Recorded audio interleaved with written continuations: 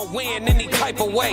That's a parlay you can take to the I'm having that aura, I got that glow. They hate it worse when they know that you know. Walk in the room like I'm covered in gold. I used to suppress it, was about to implode. I used to suppress it, was about to explode. Sore thumb in the room, everywhere that I go. Black sheep for the fam, used to think something was wrong. Took a little time to realize I was chose. Took a little time to realize I was special. Ever since birth, been a cold under pressure. Wanna be great, gotta do a little extra. That's why I grind with obsession. Everything about me irregular, everything about me is pressure. Maximum effort, no box left unchecked on the checklist. No stone left unturned, mash on the gas and etc. Or farming hoe, I'm up in rank. Step in the room, they paved the way. I get treated like a milli tank. Southpaw like I'm really tank. I do things that they really can't. What's good, YouTube? It's your girl, Soft Rain.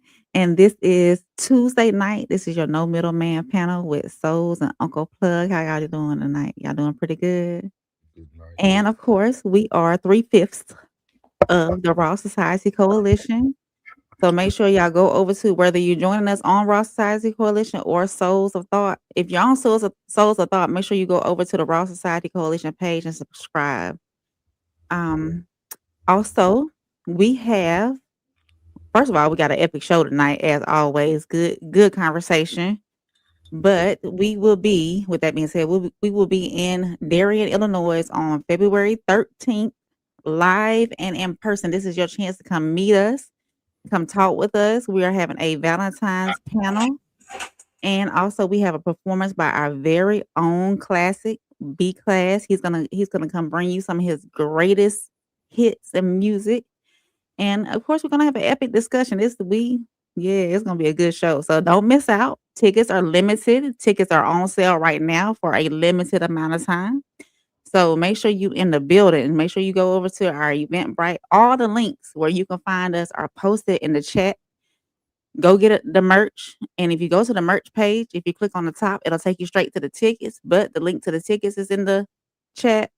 The links to Raw Society is in the chat on YouTube. The links to our Discord is on YouTube. Now, we trying to get our Discord up and rolling so y'all can stay connected to us. And yeah, we here. Today is Tuesday. I can get my days mixed up because yesterday we were off. So we appreciate your First Lady Rain there. Like she said before, just a reminder, it is thought-provoking Tuesday. The conversations today are going to be very thought-provoking. Of course, we're going to have some normal no middleman conversations at the beginning, but really look forward to hearing Plugs and April's take on the last two topics today. They should be very thought-provoking and engaging for the guests. See everybody running up in this thing. Make sure y'all hit that like button. Make sure you subscribe on all platforms. Definitely. Plug TV, your favorite uncle down there. You got your favorite white girl, Soft Rain, which is our First Lady. Again, like she said before, we're going to be live February 13th there in Illinois. Be there or be square, man. We got a lot of stuff on deck. We got finished with the rundown last night. So we had the burning the midnight oil last night. We was up super late getting things together. So we appreciate everybody who's tuning in. KX Holler said, what are we doing here, guys? You finna see in just a second, man. Appreciate you. Yeah. Make sure you hit that like button. Make sure you subscribe. Is your people all right, Plug? Not to give business out there. Everybody good out there at the dealership? I know that's your fam. Yeah, all is well. All is well. Just some property damage and property loss. You know that shit is hell. Did he get any cars? What? Oh, okay. It's a whole fucking lot. You heard all them cities. He said Lake Alfred, Arbordale, Haines City, Winter Haven. Man, they all like went up the same day. They had to bring all those fire departments from 5 different cities to put that shit out. The manager was it intentional? Was it arson or what? Or did something happen? Was it arson or did something happen to cause the fire? You know, I'm asking. You know, you never know, somebody might have got mad and I'm like, I'm trying to explain the shit to you. You just talking. I'm trying to my bad. I'm trying to tell you. You know, it's like oil, you know, like in the service department when they drain oil, all that shit, boom, all that shit caught flame. It blew up.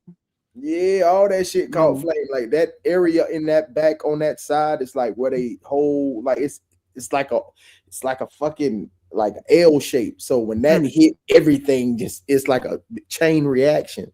Like Edge is crazy. I mean, it's crazy, man. Yeah, when I overheard what he was saying, I was like, that is crazy, dog. Yeah, I'm talking about, and it started with a service van and a spark.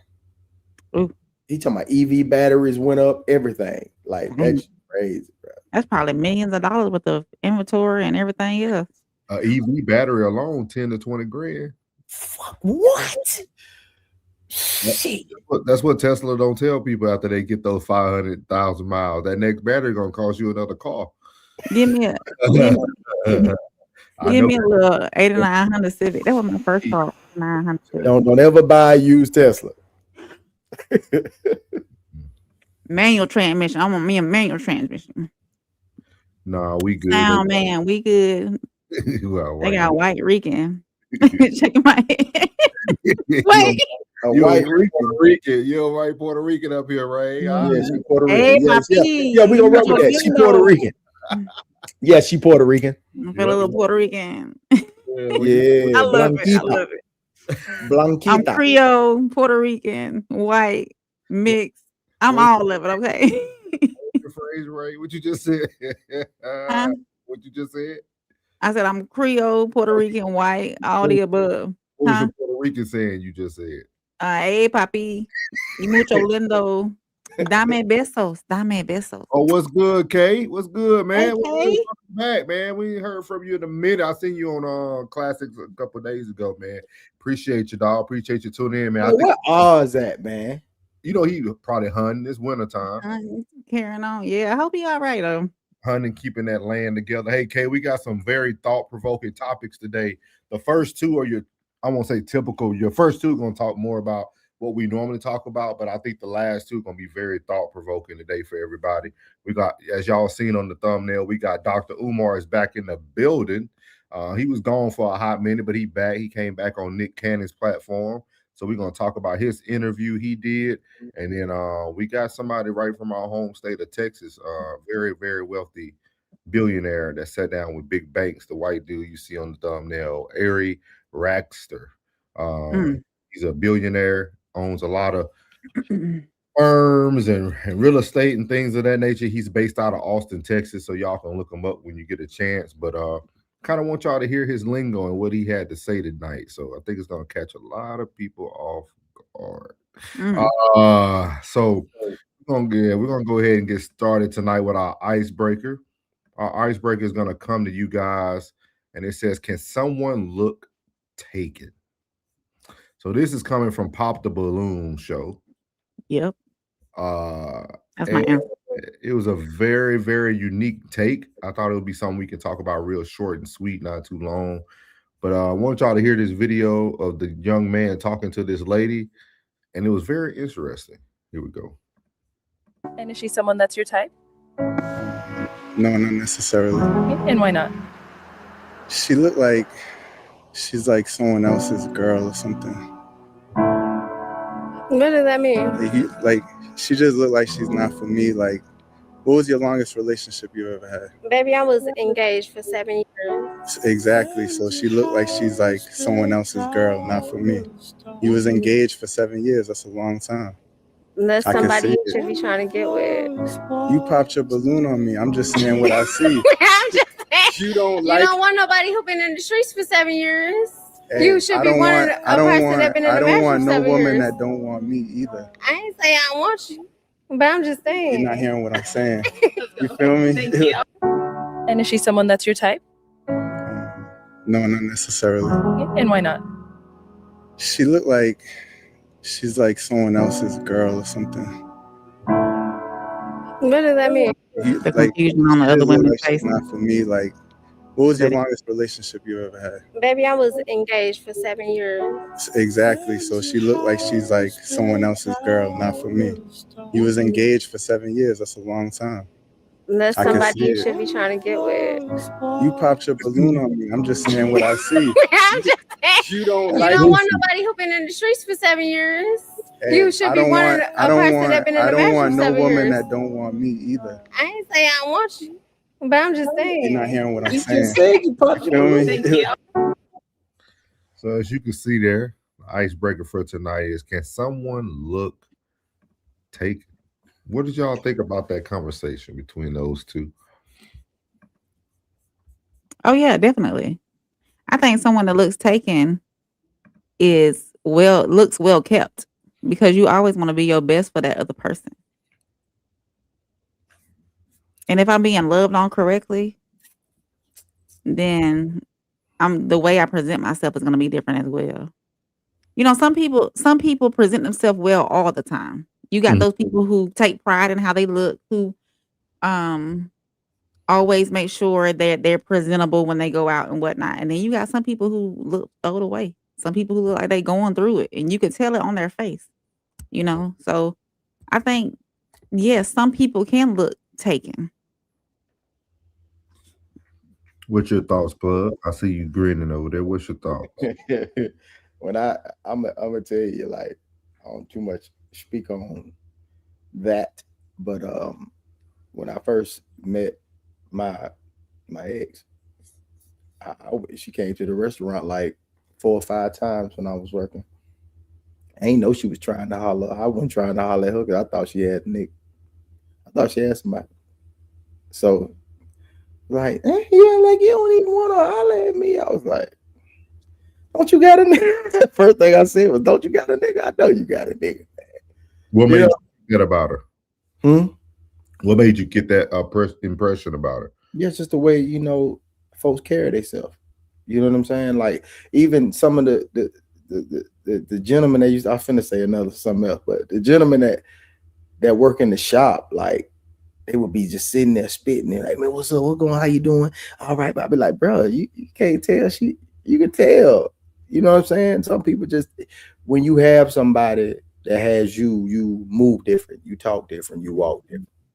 It's different. It's a difference when somebody is, you know what I mean? You can tell. I don't get how people can't tell when somebody for the streets. You know what I'm saying? Like, it's on you. The residue, the essence, the aroma, just like it's different. Yeah. Like, so, yeah, it's different. So a lot of women do say, oh, I ain't know he had a. You sure? You know, everybody, we always, oh, you didn't know he had a man? Oh, you know? Yeah, you know. We be like, we even feel like that. Be like, come on, man. You know what I'm saying? Like, you can tell when somebody is taken. For sure. Their aura is different. Especially, like I said, especially if they're not going through it, especially if they're being loved on correctly, their aura is different. And most don't stay when they ain't being loved on correctly. True.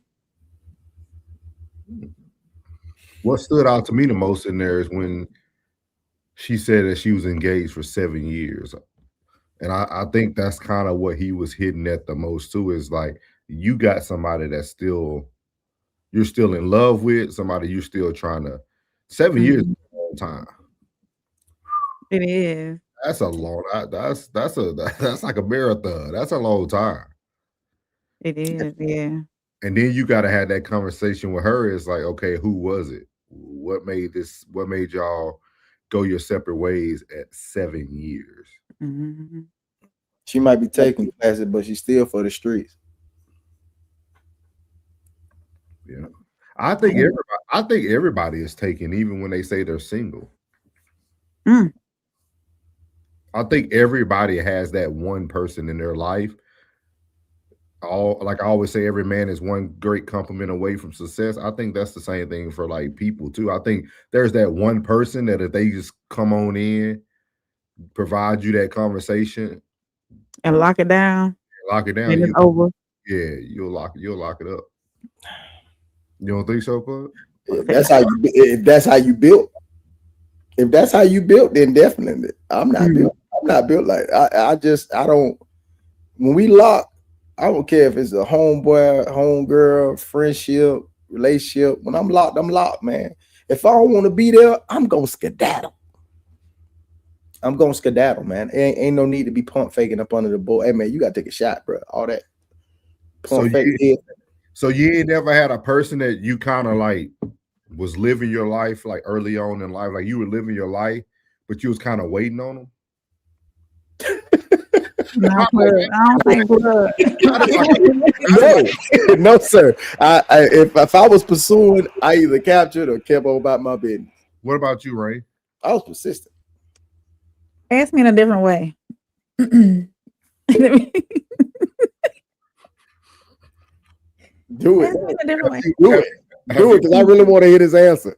Yeah, I thought it was a perfect answer. I thought it was a perfect the way I get No. How differently would you like it so we can get this? I gotta put that in Chat GBT right there. What's that word? What's that movie? It was a Tyler Perry movie. She said, "Ask me again. Ask me again." No. So Ray, you on the chain today. Yeah. There's never been a time in your life where you waited on something, even though you might were still dating, living life, not like you're not just in a standstill, but you're like, hey, if this person comes into my life, everything else is gonna be gone. Yes. See? That's my answer. I think The weight of my heart right now this season is Peeps, y'all. I'm just letting you know. Is what? What is that? Peeps. Ugh. That's disgusting. No, it's not. They're delicious. Oh man, I don't know now. You have made some good grits. I don't know. I don't know about your taste buds. Well, you still talking about them grits. Pastor said no, dog. Pastor different. That's on the line with candy corn. Like that is disgusting what you eat right now. You eat Lucky Charms too, don't you? No. Marshmallows make my whole ear just. Aiden don't like marshmallows either. She's like, no, mommy, no. I'm like, good. You ain't got to touch these right here. So this is a great that's a great segue though into our actual first topic of the night. We're going to be going over to Nothing But the Truth podcast. And we were just talking about, that one person that can come into your life, change things, or you'll let everything go. Mm-hmm. But how do we know should we date immediately or should we wait? So that's going to be the first topic of tonight. He has his thought process on how people should move forward. Going to look forward to hearing your guys' thoughts on this. So this is Nothing But the Truth podcast. Truth Hurts says that date as soon as the relationship is over. So here we go. Should I date when the relationship is over? And I always encourage people to date immediately. And they're like, well, what do you mean? Don't you need time to heal? And I tell people, right, there are 3 stages to breaking up, right? You detach mentally, you detach emotionally, and your body is the last thing to leave the relationship. So I'll go a little bit deeper, right? You could have fell out of love 3 years ago, right? But your mind was still there, right? So then you mentally detached 6 years ago, right? So now you got 6 years that you've been in a relationship with no heart in it and no mind in it. But on year 9, your body actually walked out the door. So you get people that's like, well, you need to heal. I spent 9 years healing. I was in a relationship, but I was single. And there are people out here that are literally in a relationship right now, single, but they literally feel all alone. And then there's this false belief out here, right? That when you heal, that you have to heal alone. And I always say, right, if you were to fall down and break your leg right now, would you go sit in the corner and sit Indian style and try to self-medicate yourself? No, you would go to a hospital. And the reason why you would go to a hospital is because there are experts there to help you heal. There's people there to help you heal. They have Get Better dogs. They got clowns that come in. Like, there's literally so many different. And you got to walk on that broken leg too. Exactly. But a lot of people they've been taught and conditioned to just sit there in isolation. Yes, and isolation does not fix anything. A lot of times when you isolate yourself, you can get so deep into your thoughts that it actually makes it worse. Okay, so do you believe in dating with potential? Dating for potential? I'm 40 years old. If you haven't made it yet, you probably never will. And even if you are, I'm not willing to bet on you at 40. So I would tell anybody that's 35, 40, 45, 50, what are we talking about dating for potential? You have no right dating a 35-year-old rapper that didn't make it yet. You have no right dating a 35-year-old drug dealer that's still doing hand-to-hands. You have no right dating a 35-year-old gang member. You have no right dating a 35-year-old man who's talking about he got bulls for sale. Like, what are we really talking about? Dating for potential, that's for children. You're a 40-year-old man. You're getting ready to go through menopause in a couple of years. You're talking about potential when you finally make it? No. One thing about me, I used to give people the benefit of the doubt, right? Right. Like that's what like, Asores do. Yeah, like I used to really give people the benefit of the doubt. I used to always want to see the best in people. I used to always be like, you know what? That potential. And what'll happen with that potential? It'll leave you effed up every time. Yeah. So for me, no, I can't give you any potential. I'm not doing anything. You got it. How do you feel about dating for potential and men? So they gave us two different topics, but kind of wanted to focus on the first topic first, and then if y'all want to give something on the other one. But the first thing he was saying that he tells people to date immediately after they leave a relationship. How do y'all feel about the things he said? I don't think so. Because the traumas from that previous relationship, you might pull them into the next relationship. I think you need to make sure that you're over that relationship. Not necessarily totally over it, but enough to mentally sound, move on, and not always reflect on that past relationship. You got to be okay and okay with moving forward and not wanting to go back. What do you think, Plug? The only way I say you shouldn't, if like the breakup was like recent, like real recent, and you still suffered some like trauma, you know what I'm saying, some damage to yourself, you know. But other than that, it's like I say the upside to it is, you know, you get to heal while being in a new love. Ain't no love like new love now. Ain't no new, you know, ain't no new monkey like good, you know, new monkey. You know what I mean? That'll help you expedite the process. You know what I mean? Like, ain't that gonna help you expedite that process. But I say the downside would be if, you know, it was recent and traumatic. You still have a connection with that person. But if you have, like he said, slowly drifted away from the relationship over time, then I say, yeah, it's best to go ahead and jump back in that pool and get your swim on. Pun intended. I look at it as like, it all depends on, is a relationship a need for you?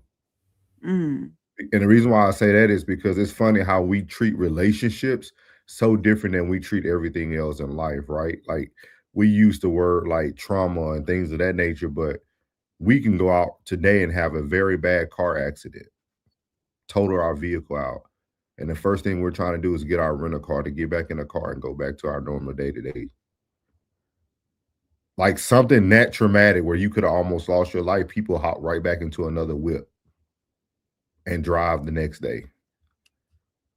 Like it's very unique to me how our brains think. That's why I said it's thought-provoking Tuesday, y'all. Like, we will take a relationship and act like we have to wait 6 years to get into another relationship to heal.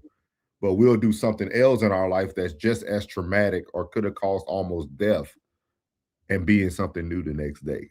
Yeah, I said that too. I was like, man, we'll vet people to be friends for like months on end. Yeah. Some crime with a dude we just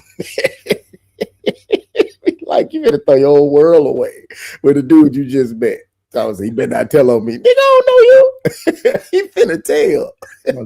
I'll do a quick little B&E, man. Yeah, bro. Hey, man, you want to come with me? I just think it's very unique how our lives and how our minds think. Like, we feel like, I feel like just move on. I feel like it's certain situations that don't affect people like certain situations do. A lot of things don't affect people like they affect, you know what I mean? Like a lot of things that affect people on a very heavy level, I'm like kind of minuscule. Yeah. You know what I mean? It'd be minuscule. I'm like, and then the things that are so small, that's a small thing to a giant, be like, no, this is serious. You know what I mean? Be like, no, we got to get this, we got to nip this in the bud, and then we'll get all the rest of this out the way. You know, some people tackle the big and work down to the small, and some tackle the small and work their way up to the big. Yeah, I think as long as you're just not bringing any of that emotional like chaos, if it was chaotic, if you did have a bad breakup to the next person, because it's not fair for that next person to come into something that they didn't have any part of, and you blame. Some people blame the next person or putting, oh, this person did this to me, so that I'm gonna be cautious around you, and I'm not gonna, give you, 100%, So as long as you're not bringing none of that baggage from the previous relationship into the next, then by all means. You are speaking to the ladies, right? Yes. Okay. And the gentlemen too. Everybody. What's up, Stuart Graham? Welcome in. He said, "You're right. People get stuck in the weeds and can't see the big picture, man." Shout out, man. Make sure you hit that like button, subscribe, man. We appreciate you chiming in. Definitely agree with that comment. I don't know, man. I just always wonder how people can be so, and what's the word I'm looking for, so I don't seem too cold-hearted. Go ahead, man. Jump in that sociopath bag, man. Like you normally do. No, I'm just like like even all the stages that he talked about. Mm-hmm. Like, why would you put yourself through all that? Why would you first emotionally leave somebody, stay another 5? Why would you then? He's talking to the women. He was talking to the women in that part. But I think men do it too. Men do it too because Kevin Gates are we looking for change or looking to see if something will change before we leave? I don't think so. I think people just, you can be in a failing situation but still be comfortable. You still be comfortable. You can be out of love and still, like the situation. You might not like that person, but you like the situation. It's like, man, I don't want to leave my house. You know what I'm saying? I don't want to leave my neighborhood. I don't want to leave my friends. You know what I'm saying? Like that's just one component that's missing. Like, you the one I don't want, but at the end of the day, everything else around here is working. You know what I mean? Like, it was one of them situations where it was like, man, everybody is fine, but you. Like, everything is working, everything is cool, but you. Like, everybody's happy, but you. So you're the problem. Like, everything is like, man, I ain't going nowhere because you the problem. Like, you need to work on yourself. Like, you know what I mean? Yeah. Is it fear of going into something new as well? That we content and we're familiar with what we got going on now, so we don't want to make any moves because of fear of the future, Hell of a question. Fear of starting over. Hell of a question. Good question. Just be like, no. Be like it's still the same person. Like, it's like everything's working, but you. Everything is cool. Everybody's cool, but you the only one with an issue. So if we took it to a vote, everybody vote you off the island. Yeah. But what if those are your children? And the children were like, if I had to pick between the two, I'd be like, well, I pick stepdad over mama. They'd be like, you'd be shocked. Be like, if I had to pick, I love you, but I stay here because everything else is cool because ain't nobody tripping but you. That's why I think that phrase really comes from, man. That's why, y'all used to hear the phrase like love don't cost a thing. Mm-hmm. I think that's very true. Like, I don't think there's no earn or gain. Like, I don't think it's nothing lost. Like, when I think about people who say, that's why I said, we all know my thoughts about like love and all that stuff. But yeah. I always tell people. You made it very clear, sir. I'm very clear on all three of you and the other two that make up the rock. I really believe love don't cost a thing. Like, I feel like we feel so deep into these things because we put so much value into it. Like how you said, like, is it like you had a great question about like going from a relationship and bring something to another, but a relationship is a relationship. Like, a relationship is just a relationship. Like, think about that's what I'm saying. Like, when you think about the analogy of the car accident to trauma, like we lose relationships every day, y'all. There's somebody you ain't talked to since high school. That was a relationship you once had. Like you don't feel bad about it. You didn't lose anything from it. You didn't like, oh, should I pick my friends a little different 10 years later? Like you don't think about that stuff. Like it's weird to me how much weight we put on everything when it comes to relationships and dating world and the word. And it shouldn't be hard either. Yeah, like it's weird to me. Like it's weird to me how we separate things and put them in their own little pockets. You know what I mean? Like a dating relationship. Oh no, this hurts. A friendship. Oh, I can leave that. I can leave that alone. I view them the same. I do. I view them the same, man. It's, you know what I mean? Like I'm gonna check on my loved one just like I check on my partner. I just checked on my partner and say, you know what I'm saying? See what was going on with him. Like it's the same thing. It's the same thing. I value who value me. If you don't value me and you're not in close proximity, it's like out of mind. Moving on quick is for women. Men need to take advantage of the opportunity by focus on self. Stewart said, I work offshore 14 on and 14 off. My lady was glad when I came home and glad when I left to go back. Hey. Hey. I see you when you get back. That pressure to you, Stewart. That pressure. Hey, I bet you ready to go back too. Hey, ain't nothing like a little peace. There's nothing wrong with peace, man. I'm gonna tell you that right now. Classic said, no matter what, you will try to make sure the new person isn't exhibiting anything close to what you didn't like about the last person. He said, consciously or subconsciously, it will happen. Yep. Or like I said, like she might get into that new relationship and realize that the good man and the bad man say the same thing. Only thing that differentiates is the intentions. That's a good slogan right there. You gotta make them miss you. Make them miss you. That's a whole nother. That's a whole other conversation, Stuart. It might be a shift to work. It's like if your shift doesn't make her miss you. If you gotta make somebody miss you, man, what are we really out here in love for? Man, look. Everybody got they something. You know, I realized everybody got they something, bro. It's like, I love when you come over. So it's time for you to go. Like, I'll see you next time. We're gonna crack this love thing one day. I really gotta see like how it got everybody entangled, man. This fuck box. this thing here. That timeline. Sco said, hit that like, share, appreciate it, Big Sco. Absolutely. I can't wait to meet Big Sco. And for the new people here, man, I don't want y'all to take what I'm saying like to the wrong way. I still have a heart. I understand, you know, caring for people, but I just don't understand the. I just don't understand. Take your time with the message. Take your time with the message. You know, they don't know you like we do. Was good. Me was good. Hey, me. We got something coming for y'all tomorrow. We're gonna be on here tomorrow, Wednesday night. Stu said, you can't get too much of a good thing. So is it good? Sure. If it's too much? Sure. It can be good. See, look at all the complications around the good. What's so complicated about it being good? Think about how y'all thinking. Stewart said, hey, you got to make them miss you. You can get too much of a good thing.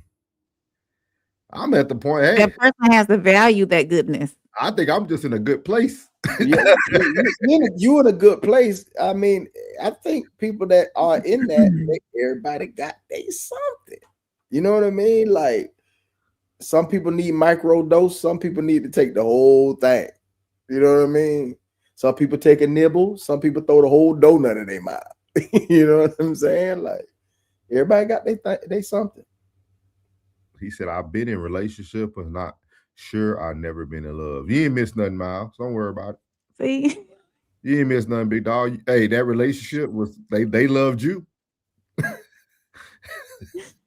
Hey, Hey, y'all, Miles. Hey, Miles. Thanks for coming in, Miles. but y'all gotta think about that's scary though. That's like y'all, like when we really start talking about this love thing, that's deep. Yeah, Like I've it been in is. relationships, but not sure if I ever been in love. And I think Miles, what was your reflection of love? Appreciate you. He said, "Have a great day. Bless you. You too, brother. Have a good one, man. Make sure you hit that like button and subscribe before you leave out, man. Have a good night." Stuart said, "We all a mess in some way." You right about that, Stu. Everybody got their something, man. Yeah, I want Miles, like yeah, that's what I'm saying. That's deep.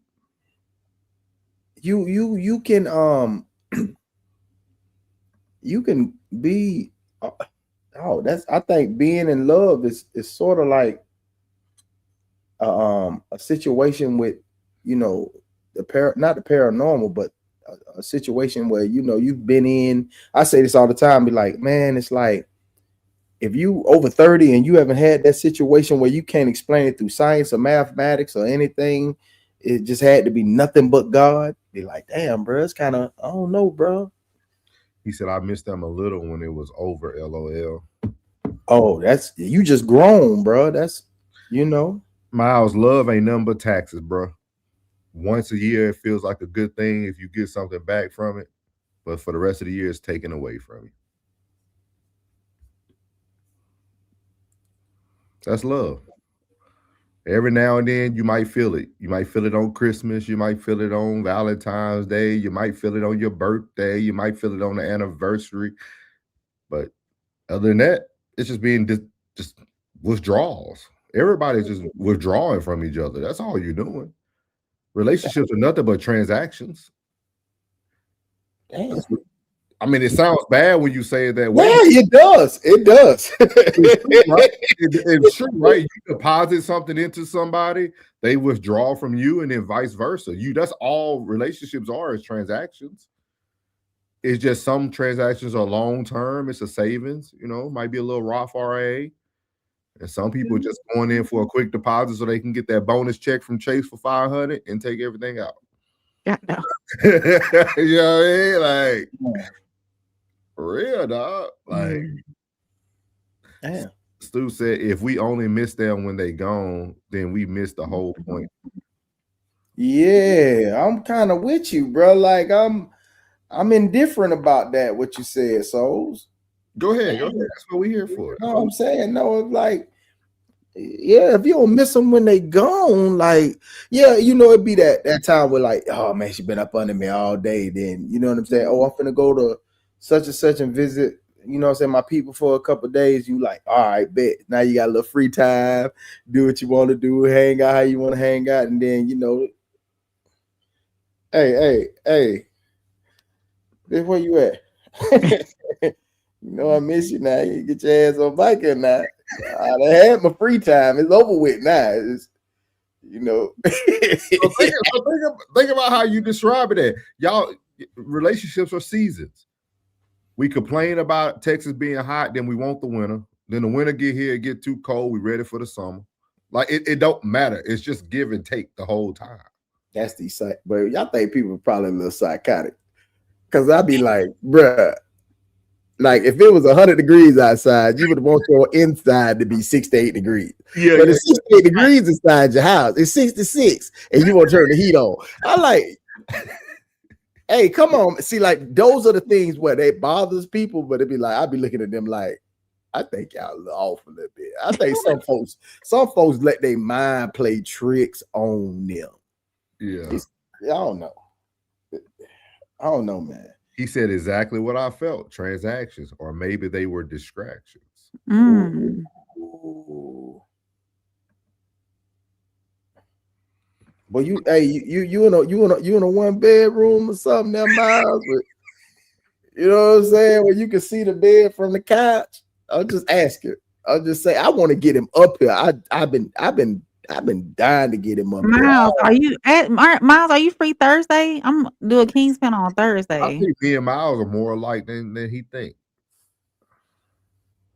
He said some fish. Yep. I don't know, man. It's something to really think about, man. I don't know. I'm not saying I love those who love love. If that's what gets you going every day, if that's what keeps you moving, like, hey, if you love it, if you like it, I love it. But at the end of the day, I just don't think that's what we're getting in life. I just don't think love is what we're all are receiving from the people we even say we love. I just don't think it's that. I just what is it? It's just because to me, love comes with so many other things. If it really existed, it'll be a lot of truth with it. It'll be a lot of vulnerability with it.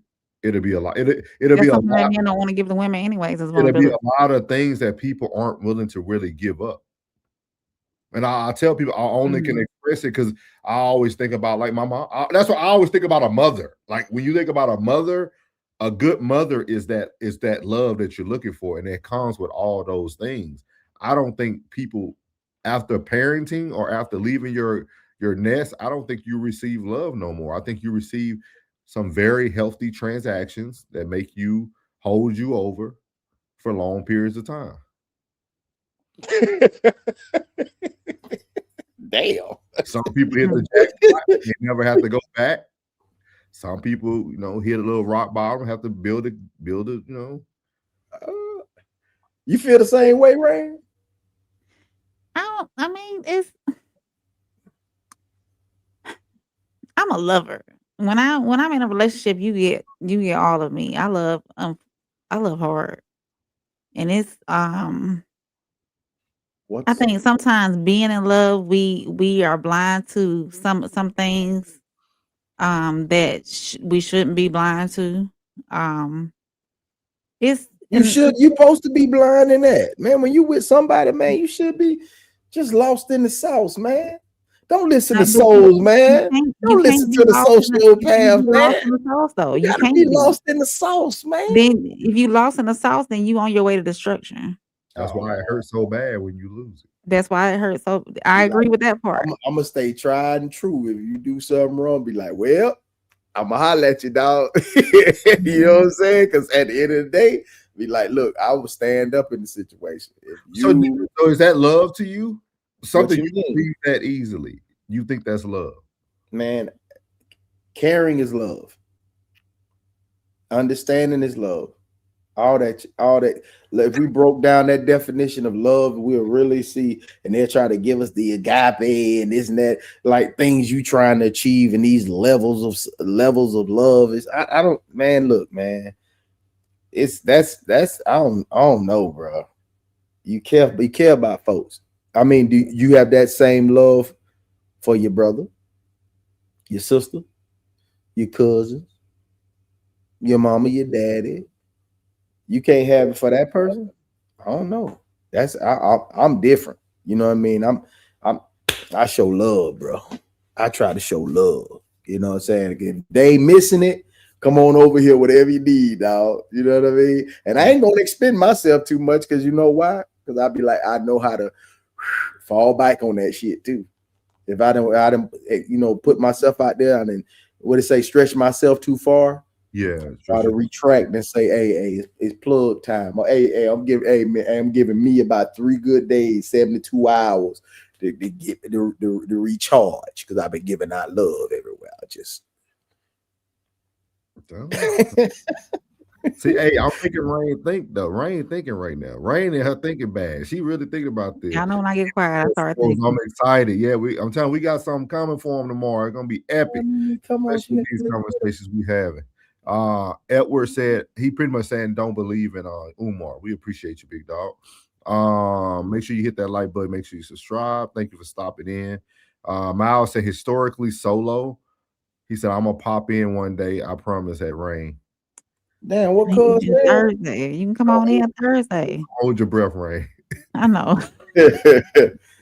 We love Miles. He might be on camera like Larry. Hey, mom might be in it, bathrobe too, taco meat all lot. You know what I'm saying? Smelling like cocoa butter or something. Yeah, his eyes closed a few times too. Got a nice whiskey in his glass, chilling. Probably got a cigar, sit by parlay. What's up? What's up, y'all? How y'all doing? Tell you. Stu said we think human love is unconditional, but I have never found that to be true. See what I mean? I think, Stu, I think you're in a good spot, Stu, because you're not living in a fake reality. It's not false reality. I mean, everything has conditions. Everything that unconditional. That's propaganda. Because I don't give a damn who you talking to. You go in the house and you talking crazy to your mama, she gonna show you some punishment. And you gonna say that's unconditional? Now, on the conditions that you don't talk to me some kind of way, or you disrespect me in any kind of way, I'm finna, boy, I'll turn you upside down by your ankle and whoop you. Mm. I think I'm the best partner. I'm the best type of partner to have. Emotionless? Yeah. Because no, I'm gonna explain. If I cuss, go ahead, I'm gonna say the L word plug right there. But go ahead, explain. Go ahead. I'm with you. He'll throw it in real quick. Go ahead, bro. Throw it in there. When you think about a person like me, right, who some might feel lack emotions or lack the ability to show love, whatever y'all want to call it. But you can say this: if he's with me and he's doing things with me, he truly wants to be there. Because I'm not doing all the other facade stuff that people do when they say they in love. Like there's a lot of people who are living life right now who they say they love somebody and then your language don't speak like you love them, or you talk to your homeboy, your homegirl differently about them, or like a lot, like for a person who is just very who they are, you at least know when they're doing things with me, they truly want to be around me. They truly are wanting to do these things with me. So your presence is your love, your way of loving. If you want to put that word in there, yeah. I know you want to use the word love. You want to put the word love in there, y'all could use it in that your way. Presence is your love. Your time is your love. Hey, I mean, everybody got a something, bro. Everybody your got phone calls is your love. Yeah, I do understand where you're coming from. You see what I mean? Like with me, I know exactly, bro. I understand all the sociopathic things that you have going on within that noodle of yours. Trust me, I do. I truly do. Don't think that for 1 second I don't understand. I understand it wholeheartedly. I understand Tez. I understand Classic. I'm figuring you out, Miss Puerto Rican. Hey, white Puerto Rican adjacent, you know what I mean? Miles said you can't love someone but be in love or just be horny. I've been 2 out of 3, but not all. Oh wow, okay. Those are the 3 things. Hey, take this to the bank. Rain, take this to the bank. I'm listening. Hungry, horny, and broke. What am I supposed to do with those 3 things? Watch them when they hungry, horny, and broke. All 3 at the same time or separately? No. When you that person when they hungry, and then they say, man, I eat, man, I don't care what I eat right now, man. I have some noodles, I don't care what it is, bro. I eat some potted meat, I don't care what it is. That check drop, that hunger change. Be like, well, we're gonna get a T-bone. But they over there throwing T-bones and they ain't even thinking about their finances and broke. Yeah. How they spend their money when they was in that despair, when they was hungry, and now they got something. Yeah. Gotcha. That's what I watch. Noted. That's what I watch. Mimi said, I feel like this is gonna be an opportunity to show who I really am. No drama, just soul. All right, Mimi. For the show tomorrow, we're gonna have a good show for y'all tomorrow, man. They've been going at it on that Anton panel. Yeah, they be ruthless on that. You gotta stay away from them bad environments, Mimi. They toxic over there. We love over here. How about that? Nah, it's gonna be a good one. It's gonna be a good one. Over there. She's been on there a few. I'll say more than a few now. A minute. Then she also on Courtney Egger show. He actually, y'all would like him. He's similar to our platform style. I need to go see him. He's actually pretty good. You said Courtney Egger. Stu said, I have to learn how to forgive. That keeps love alive. Forgive and grace. Bro, I promise you, if you can learn that one thing right there, everything can have a longevity. Everything can have longevity if you can just learn that. Because man, like some of that should be, if some of that shit you be fussing about be petty as hell. Petty. They said I ain't that way, but you cute. I don't know. What that? Stewart. That's the same Stewart. Yeah. What you talking about, Stewart? I don't know. 100. On Classic. Tez, Hey, Tez. 333. Stu Tez laughed. had an interesting show today. Huh? Oh, Tez Tez. show was interesting today. That. I was locked in, man. So we're gonna go ahead and get this thing rolling today, man. This is something I really want to talk about, guys. I hope we can get a bunch of opinions in on this, man. I don't want to be the only voice. I want to hear everybody's true opinion on this topic, man. We're gonna bring Umar up, man. Number 2 topic for Thought Provoking Tuesday is: do our children lack discipline or a diagnosis? That's today's question.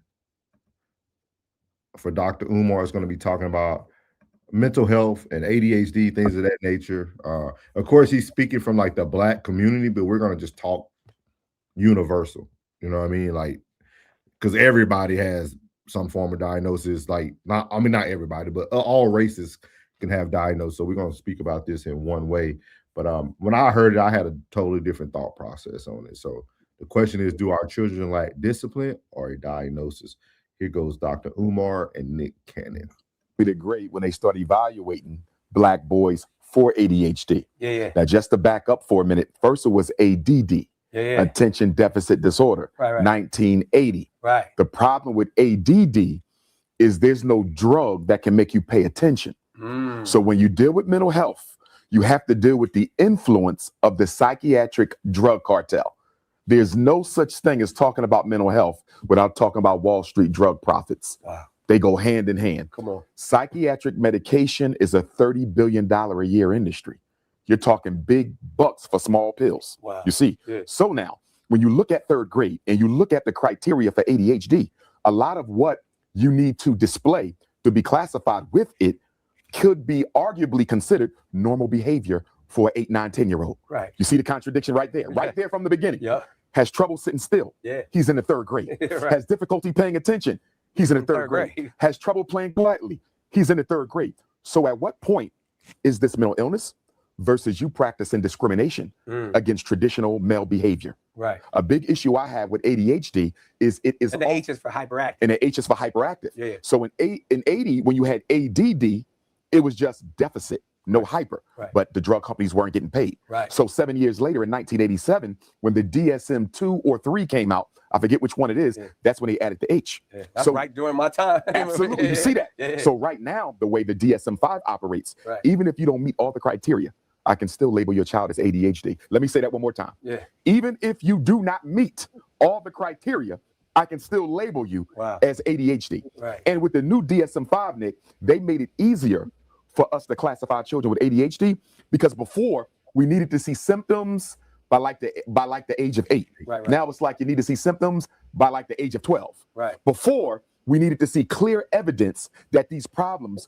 was disrupting this child in several life areas. Right. Today, the bar has been reduced, and it just needs to cause some sort of maladaptive activity, if you would. Right. And I'm paraphrasing the criteria, but the point I'm trying to make is they lowered the bar. Right. So now it's easier to put children in with the ADHD. Right. So, number one, you have an issue of male behavior being criminalized and pathologized. Right. So I'm gonna stop it there.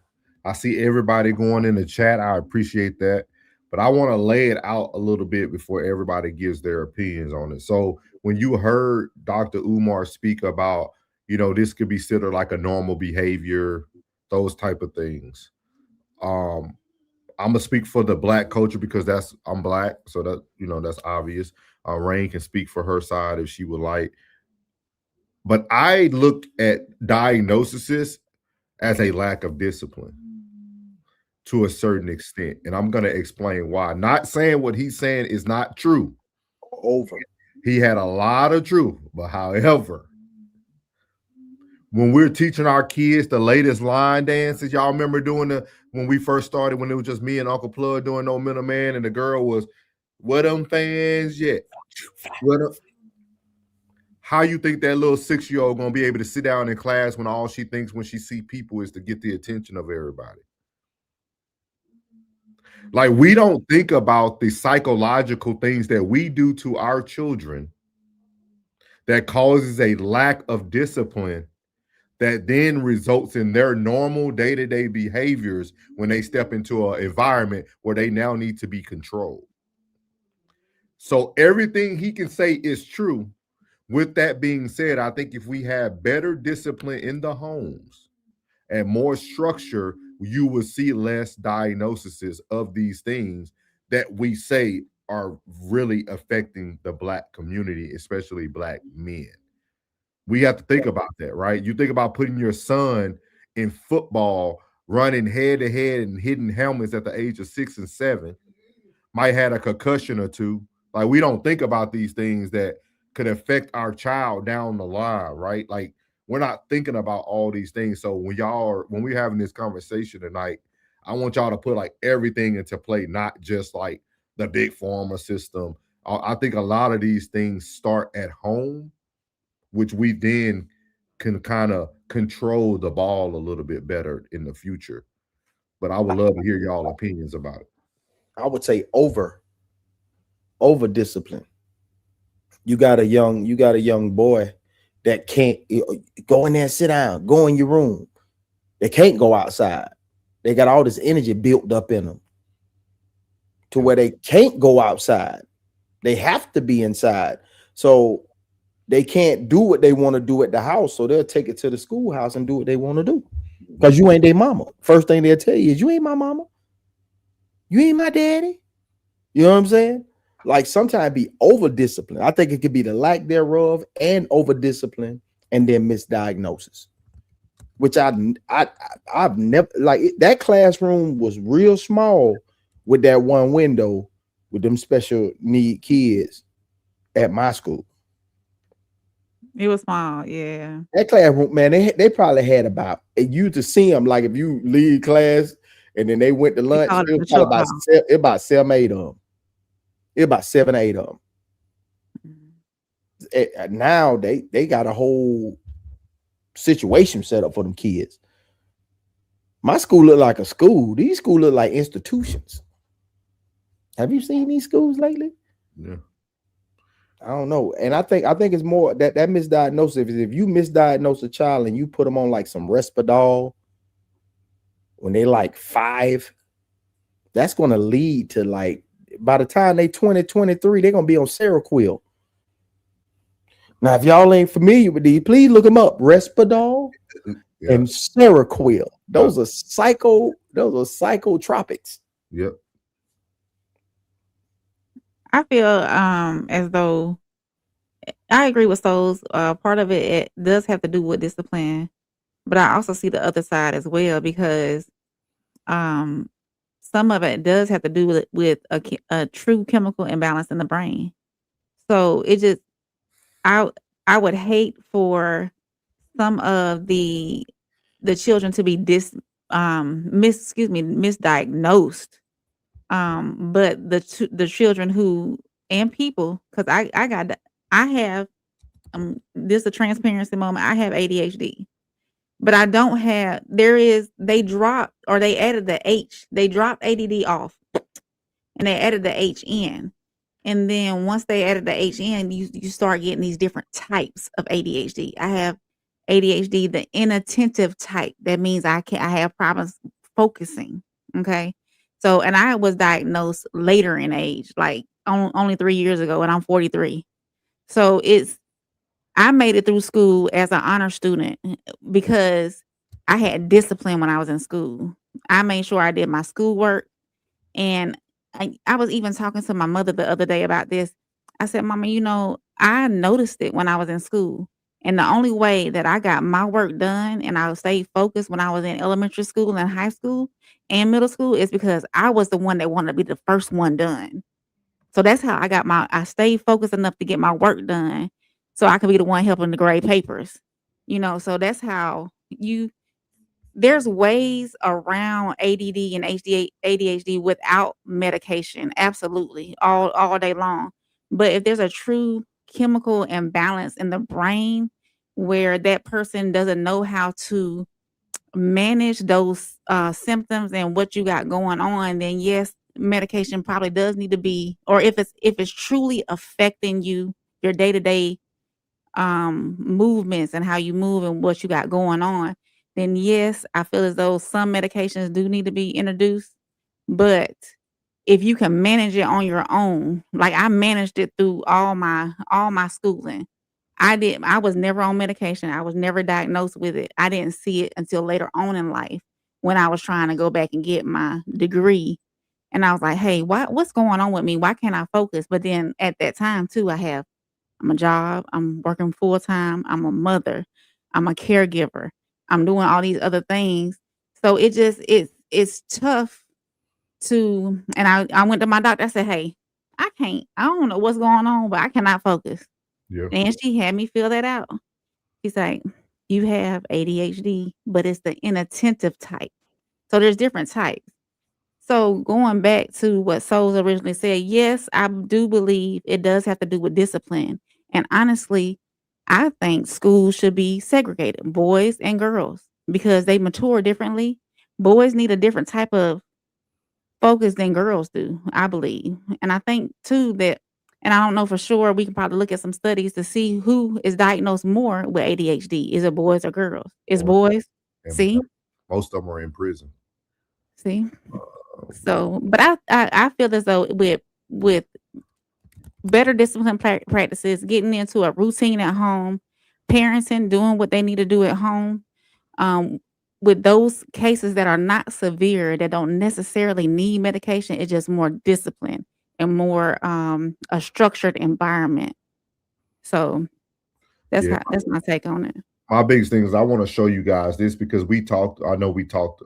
Rain brought it up. I see some people in the comments bringing it up, talking about misdiagnosis, but we have to understand that chemical imbalances are not something you're just only born with. Chemical imbalances can happen through major stressors in life. So yeah, absolutely. And vitamin deficiencies too. And everything you said came up on there. Coming out the military service, high pressure leadership roles, long caregiver periods, repeated emotional strain, reduce of serotonin, major life changes, divorce or breakup, loss of a loved one, retirement, career transitions. So people need to understand that these things happen, your chemical imbalances happen from everyday life transitions. Yeah. And that's why I say I feel it's more of for children, it's more of a lack of discipline than they need a diagnosis. Because when you start to look at that, a lot of those things outside of your normal chemical imbalances, a kid at the age of 6 can be impacted by a divorce. But I don't see it to the level that, like, unless they seen a DV in the home. No, just a parent not present. That too, yeah, or not. You waking up 5 years straight to seeing these 2 people in the home, and then the other one's missing. Could be. It's gonna be something, but it's also I can't help but to see the comment and what Lisa said and what Gary said was that's big. The nutrition is crazy. Like, bro, have you had Cinnamon Toast Crunch lately? It don't even taste the same. None of these cereals taste the same. They're fillers. They're not nutritious anymore. It's just fillers. It's something to get you through your hunger. But think about it. What does that go back to, guys? The home. Parenting. That's discipline. Who controls the food that the kids are putting in? The parent. Like, if you really get to the root of children. Can you imagine your life without no cereal when you was a kid? That's how most Germans live. Most German children, and I only know this because one of my airmen I had was from Germany. Like, literally, their kids don't watch no TV. They have no TVs in the room, the house. They don't eat any sugars. They don't do any of that. Everything comes back to the lack of discipline and structure that kids need.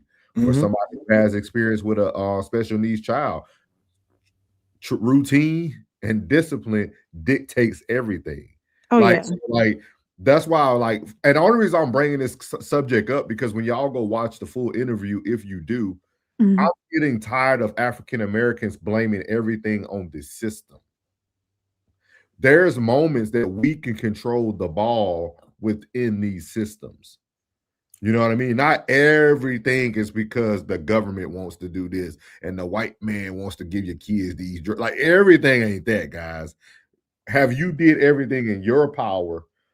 And we appreciate everybody coming in. Y'all coming in on this Dr. Umar talk. Everybody hit that like button. Make sure you subscribe. Definitely. Plus people watching, man. Appreciate y'all. But this is where, like, I really feel that we have to start taking more, as Plug said on his episode, accountability. I feel there's a lot of parents who fail to take accountability, and then you get so tired of getting called off your job every day and having to go get that boy out the office, and the first thing you do, then you let the white counselor, no offense to you, Rain, then you let the white counselor tell you to take your son to go get tested, and that's your fault. When did you try to change the environment that kid came from? When did you go back to my question?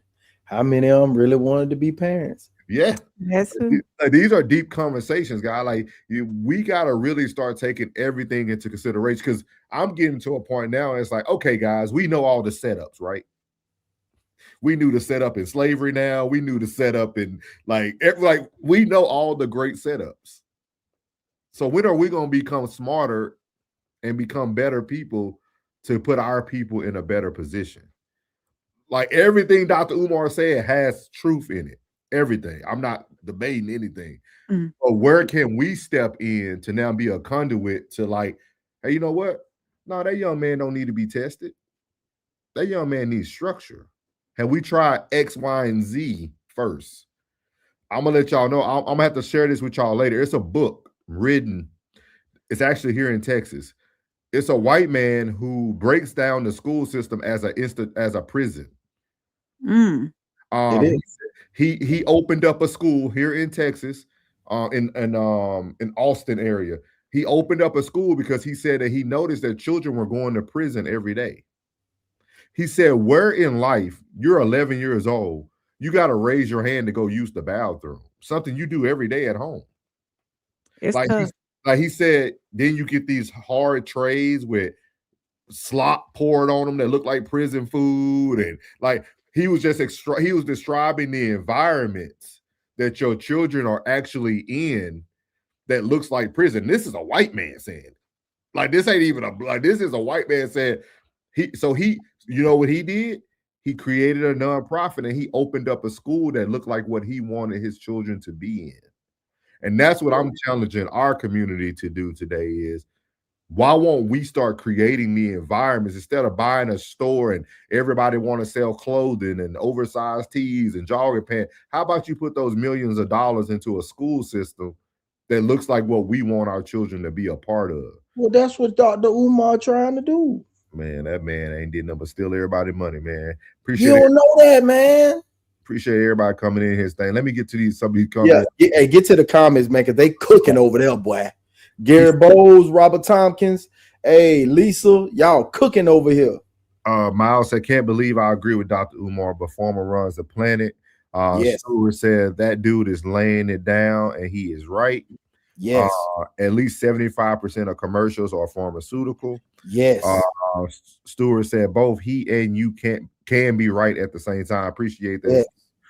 Two things can be true, as they say. Robert Tompkins, appreciate you, man. Shout out, man. Make sure you hit that like button, subscribe to everybody who's up here. Uncle Plug TV, Conversation with Soft Rain, Souls of Thought, Raw Society, the Classic Codes. If y'all stay here long enough, we'll put everybody on the stream. Tez down as well. He said ain't nothing wrong with these kids' mentality misdiagnosed. Yeah, I agree. I think we hitting on the right cylinders. Robert said all the school look like a jail. They do. Institution. Yes, sir. Stewart said there is always going to be a little Johnny that keeps life. I like that.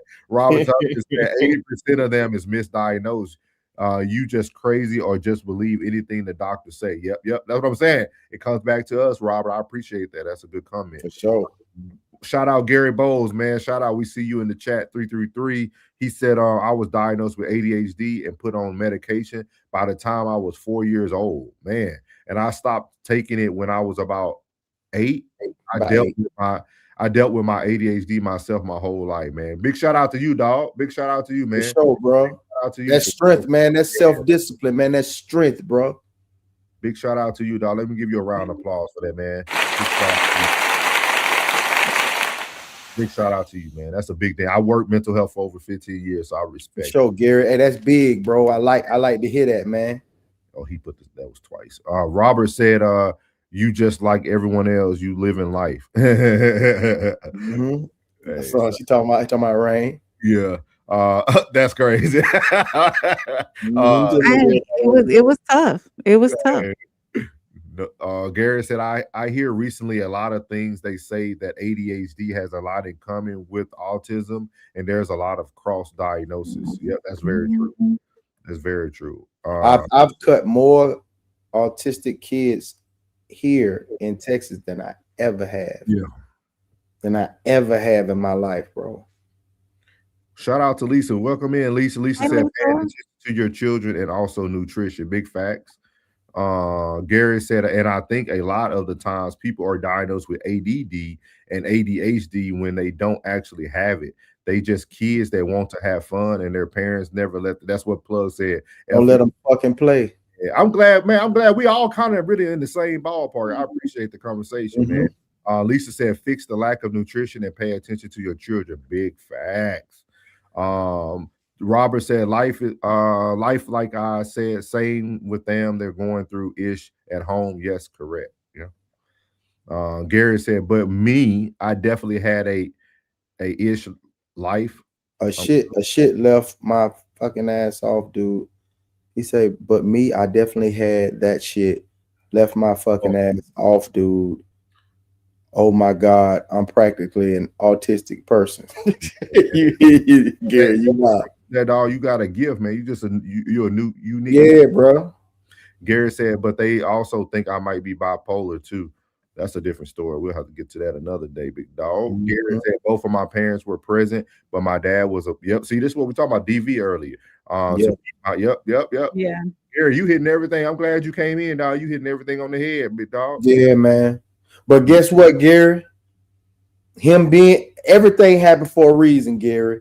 And yeah, he was being a fucking asshole, and that's real. But you know what he also gave you? He gave you that ability and that self-discipline for yourself. Yeah. You know what I'm saying? So every negative action also has what is called an ulterior or another effect to it. Equal and opposite reaction. Equal and opposite reaction, bro. You know what I'm saying? And it made you strong, bro. It made you disciplined, bro. You know what I'm saying? That you can even speak your truth. You got that gall to even speak your truth, man. Salute to you, bro. Yes, sir. So, Robert said, bro, all the food is bad. We can't get food in us. Don't forget people are poor. That big fact. Better eat once a day. Gary said, that's the thing. I hate ADHD, and I was still doing good in school. I would have straight A's, and they would be a comment like students is good in class, but doesn't do homework assignments sometimes. Oh, yeah. Definitely. Yeah. It wasn't even funny. Like, I was legit afraid of him. My dad was, man. We apologize for that, man. Can't change it, but like Plus said, you stronger today from that big dog. Yeah, man. Gary, everybody gotta have a fear factor. Yeah. Gary said, I like it. Didn't matter if my report card was straight A's. If there was a comment on there, I did anything subpar, I would be hiding for hours until he got home terrified, walking in the door. That's crazy. Robert said, bro, everyone is not in the position to do what you're talking about. In what position to do what? I think when he was talking about, or when you were talking about. You was talking, Everybody's in every position. Are you willing to make the great sacrifice? That's our issue in the Black community. Are you willing to sacrifice? You're gonna lose something to make a change. Period. Like, we got to understand that. Nobody say you got to go buy that house and pay a $3,000 a month mortgage. Go get you a 1-bedroom apartment with you and your son and chill. You can be a good parent and live in the hood. I know a lot of them. I grew up in the hood. Like you can be, my dad and mom were great. Sometimes you got to start at the bottom to get to the top. Just all about how you look at it. We just don't want to sacrifice things today. So we give an excuse that everybody can't do it. Yeah, everybody can pull themselves up by the bootstraps and do what they need to do. And if you're 18 or up, sign up for the military. They'll get you right. You can at least get started in the right direction. That was your pitch when you was recruiting? Oh no. It's like, I told the truth. Huh? My truth told let people come in. I told them don't stay in a long time. Well, you just gave your truth. Don't gave. But Lisa said kids don't play outside anymore. They don't need to be in nature. They need to be in nature. Well, they need to be in nature. Gary said, I'm convinced half of my disorders were because of him. Gary said, my earliest childhood memory is hiding and crawling in space with my dad. You know, America is the only country that allows pharmaceutical commercials on TV. Yeah, I learned that from the German people that I met. Yeah. That ain't on none of their TVs.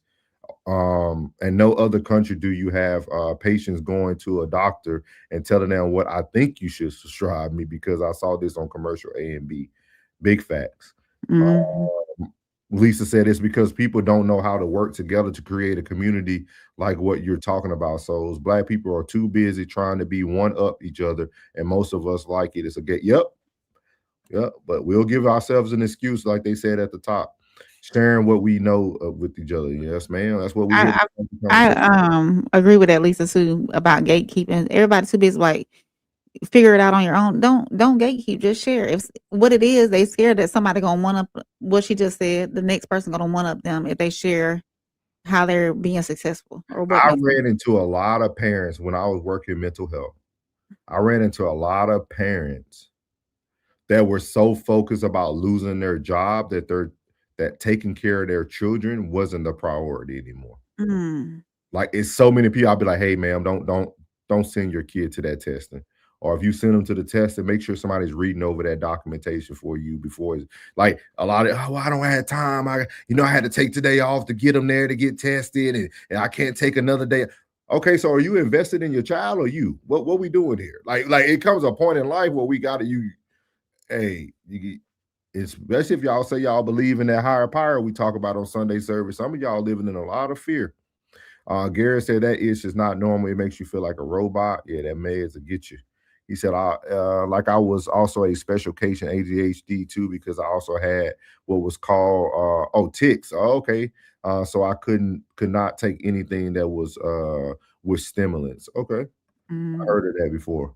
He said, if literally show me though, like I'm ever had kids that not to do what he did, I would beat us or taunt us. Yeah, you definitely a better man for it for sure. Robert said, yes, I'm with Lisa on that. Yeah, good conversation, man. Good conversation, P. I thought it would be a good one. Shout out to you, Gary. Yeah, I thought it would be a good one to actually talk about today when I seen him coming back. Instead of making fun of Umar, I thought it would be a good conversation to actually have about what he said. Gary said, what I have found out in my life of all of the F substance that I've been told to take from doctors, and that I told you to take myself out of all drug pills and forms. Yeah. I would highly encourage. I wish I would have had the stuff on my stuff. The stuff ready, the resources ready. It's a doctor out of California. He was the first doctor to ever start taking X-rays of the brain. He said that he never understood why when you break your arm, we take X-rays of things that are broken, but when your brain is broken, we don't care about how it looks. So he started taking X-rays of the brain, and he was able to see what substances that you were actually lacking, like dopamine, serotonin, and he provided natural supplements that you can buy over the counter to produce more of that. One of the big things that they produced was 5-HTP. I tell everybody about that who suffer from like anxiety. I'm in my cabinet right now. Yeah, 5-HTP is a good one. It's a natural supplement. It's something that you create on your own. Just as we get older, we don't create a lot of it. So yeah. I'll have to get that doctor's name, but it's super dope. All right. So our last topic of the night, man, this one really stood out to me. Good old banks, man, the perspective with banks. We're going to end on this note right here. Question number 3 of the night is Is success ultimately built on manipulation? Mm. So I heard this gentleman talk today on this short little video with Banks, and all I heard was somebody actually speaking about manipulating a person, like making your way into a position so that you can now gain what you need to gain from it. So like it made me think, is success just ultimately built on manipulation? Because manipulation isn't always bad, which I know Classy did a code language on that word about 2 months ago. So like we learned a little bit about manipulation. But this is a very wealthy man right here. This is Ari Raxter. He's out of Austin, Texas, as I mentioned earlier. He started off in the law world. Nice haircut. Yeah. You can tell where he go, plug. You know, he go to Black Barbershop. And you see what he got on? He wealthy, but he got on his gray sweats, white tee, and some Nike. Yeah, I mean, man. You finna see he's adjacent. Okay. He's done a lot in the community, but I want y'all to hear. Banks set him up, but he don't even know it. Here you go. Now, Yeah.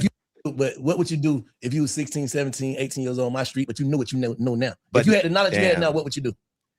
I know exactly what I would do, to be perfectly honest. And I'll tell you, if there is anybody listening to this for real, that actually, because a lot of people, you know, they shit about wanting their way out. I want this, I'm trying to do that. I'm talking about to the real hustlers, the real ones that are looking for a way out and want to fight for it. This is exactly what you do.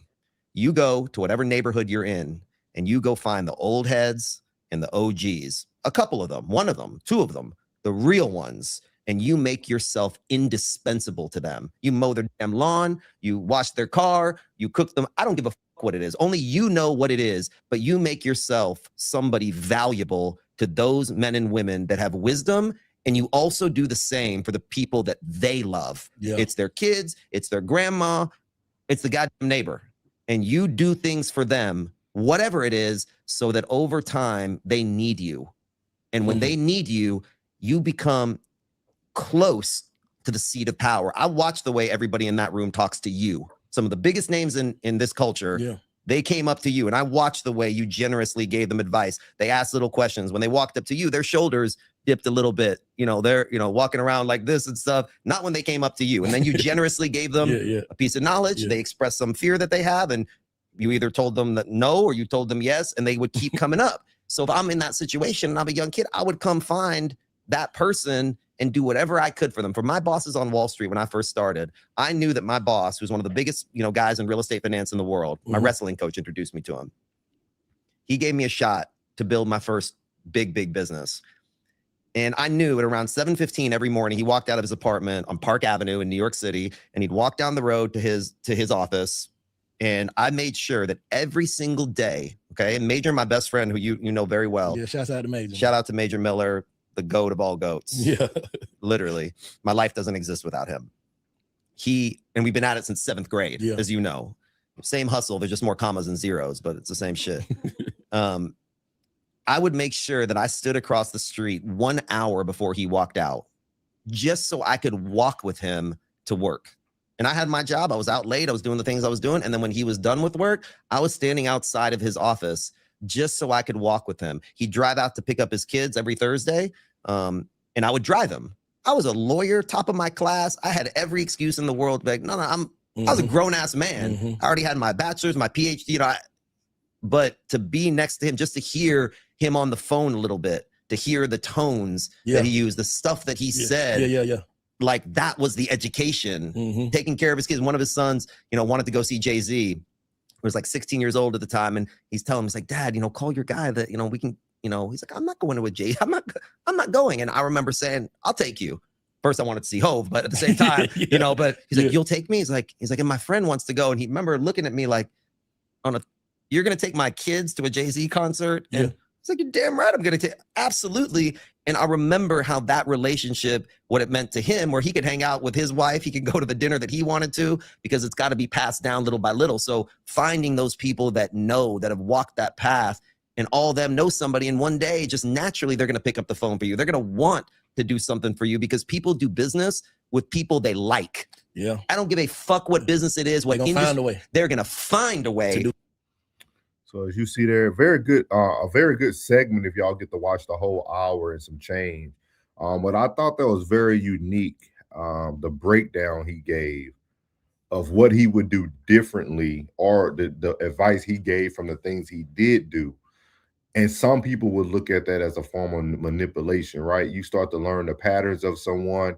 He even used what Plug said yesterday. Almost the people become codependent upon you, right? Like he said it, like literally they know that I'm gonna be there and I'm gonna do this and I'm gonna get in their good graces, and like I don't care who it is, like so. How do y'all feel success is ultimately built upon manipulation?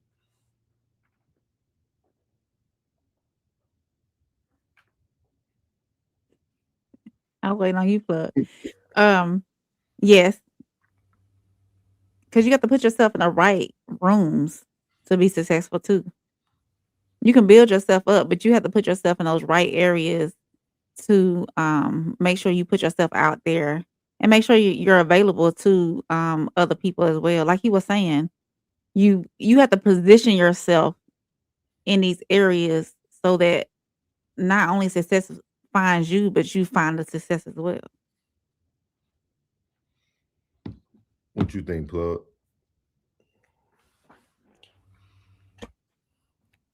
I love that information. Yeah, great.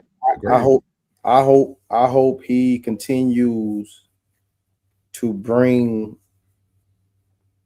men and women of other than rappers, the black rappers, to his platform, because his audience needs to see that.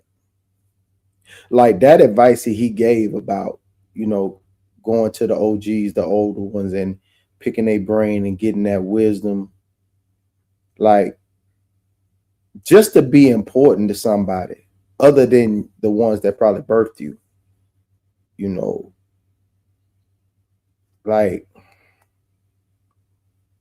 it's just, I did that, but the ones I got, they instilled a lot of, man in me. Yeah. It wasn't about business. There's a lot of man, just, being kind. You know what I'm saying? Because I was a mean legit. Like, I'm glad Classman grew. I know Class was like 2.0 about 10 years ago. That nigga probably hell 10 years ago. I was hell. You know what I mean? But they simmered me down. They was the ones that turned that dial from that 10 down to 7.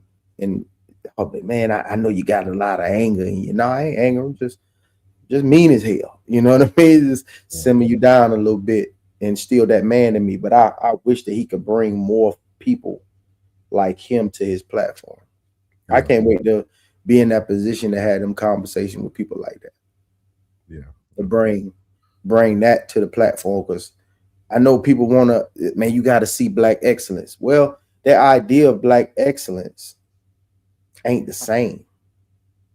You know what I mean? Like you want that, most people gatekeep that information. That information that he just gave, now that was $1 million worth of game.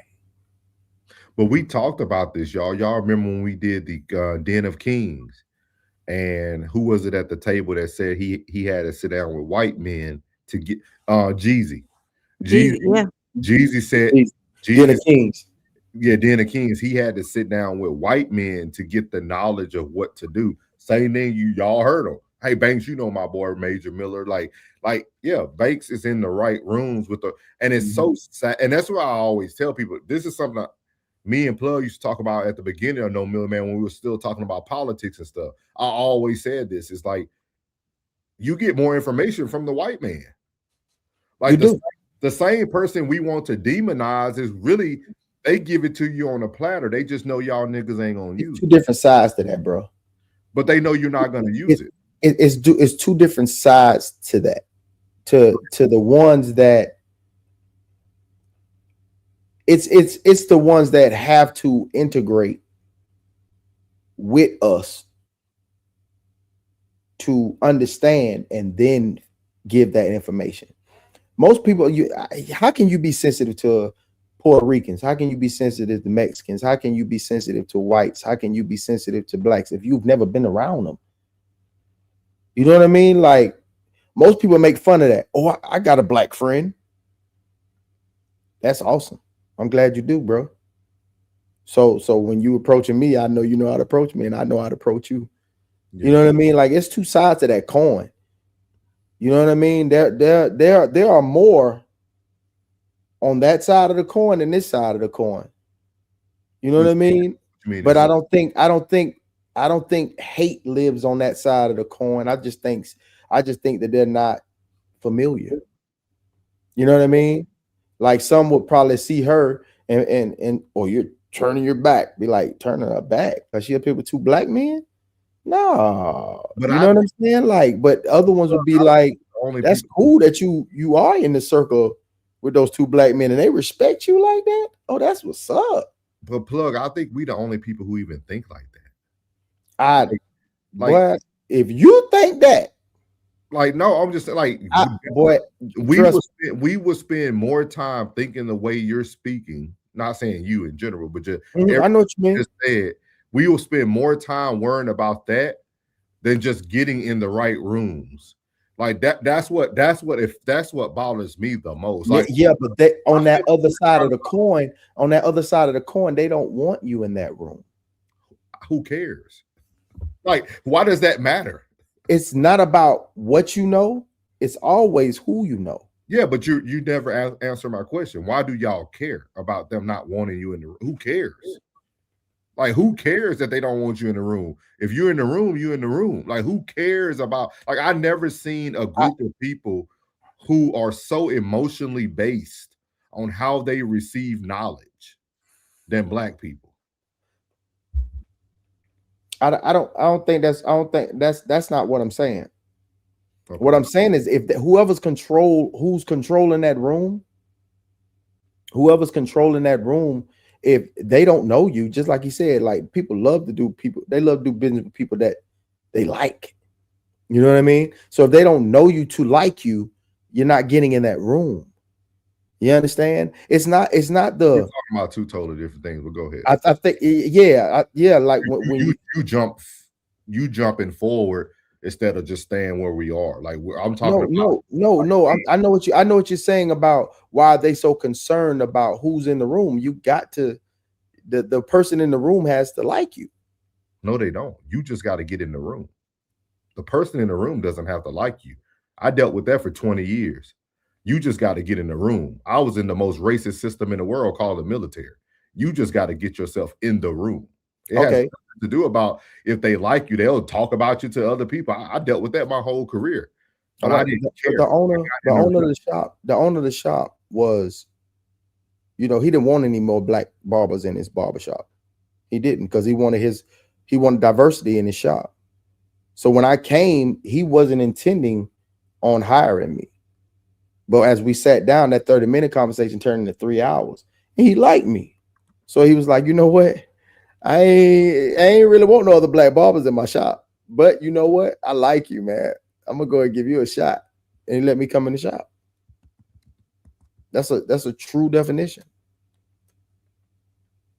And it's not I understand exactly what you're saying. But that's why I'm talking about both sides of the coin. That's why I say it should be more of him coming to the platform. So, because that opens it up to the black people looking at it, or other ethnicities looking at it and saying, man, hey, that's a cool dude right there, man. So you can go in with a different mindset of thinking, not thinking on that side of the coin, but this side of the coin, that, man, all of them ain't like that, because people do think like that. You're saying why? I'm saying what people do. Okay. What you got, Ray? I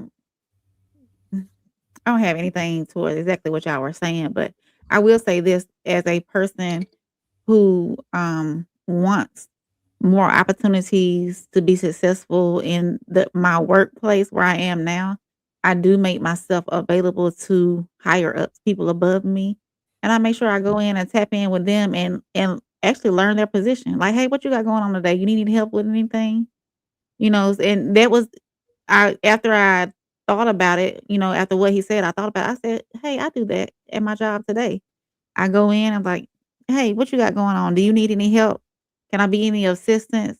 Can you show me how you do this? Because once an opportunity comes open where you possibly could get their position if they move on or they retire and whatnot, then you already know, you're already in the know. You're putting yourself in the position to be successful and move up and move forward. So, and that's basically what he's saying. You have to position yourself, and that is a form of manipulation, positioning yourself to be open to other opportunities, to be knowledgeable in other places other than just where you are.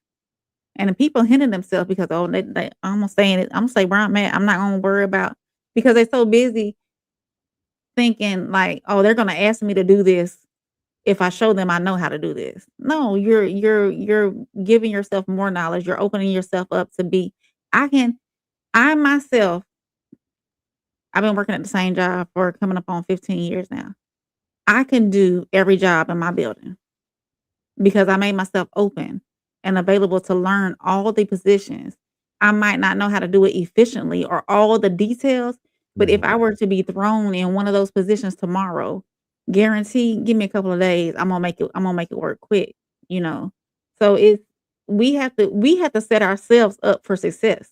We can't hinder ourselves. Be open to learning new positions, be open to and that's a form of manipulation, really. Because you going in there, you asking them, hey, do you need help? But you really trying to get the knowledge that you need to move up and move forward. Yeah. Yeah, that's how I see it. I agree. Yeah. My bad for cutting y'all off, big dog. It's okay. Juddy said depends on the person, the character, because manipulation is based off of having control. Gary says, as a matter of fact, the first doctor brought me, I can't remember what suggested, but my father literally almost beat him up. Shout out to Gary, y'all. Y'all make sure y'all send prayers for Gary, man. We appreciate you giving us the information tonight. Don't know who Christian is. Robert said, do y'all ever wonder why we have no hospital, grocery stores, or banks? I'm not tracking Robert, but thank you for coming in. I think he's talking about the in like the Black communities. Oh, okay. Black people owning them and things of that nature. Class said, if success is built on that level of latching on, you can't keep it.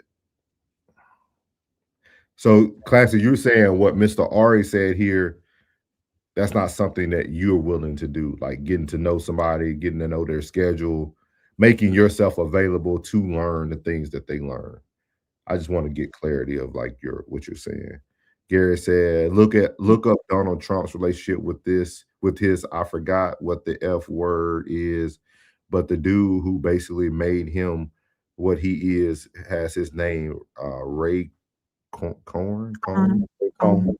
He said he was very famous superpower lawyer back in the day who died of the HIV, and he taught Donald Trump everything he effing knows about manipulation in the business. He said they almost respect you trying to manipulate them a little bit. Yeah, because successful people want to feel like they need it. So the best thing you can do around successful people is feel like they're like you want to learn. They'll give you everything because they never had anybody to talk to and sit down and talk to about it. Most people don't. I was talking about this with shout out to my boy. I call him Peso Mike, but he one of the directors I work with. My boy Mike. We talked about it. We were at the Absolute Recomp gym, and we seen one of the very famous, popular YouTubers in the fitness game was in the gym. And we were, I know the guy, so I went up and spoke to him, just said, hey, or whatever. And we were talking about, like, that's why I don't ask to take pictures with famous people and stuff.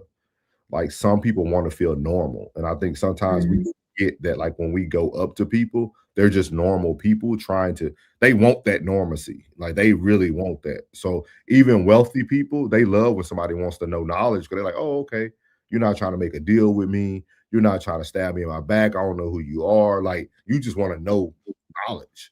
They'll sit down with you every day and talk to you. It just gives them a release. I don't know if y'all been watching Landman. You get to see it a lot on there. Landman is a great show. They talk about it a lot in the oil field. Classic says shortcuts are built on manipulation. Long term, I'm gonna get it off the muscle. Hemp Vibe Network 3284 said, my white male mentor taught me when I was in my upper 20s that most people will do business with who they consider their friends. I do more business with white people than my own culture. Oh yeah. So I'm assuming you're black, Hemp. K18 said facts. Appreciate you. Everybody who just coming in, make sure you hit that like button.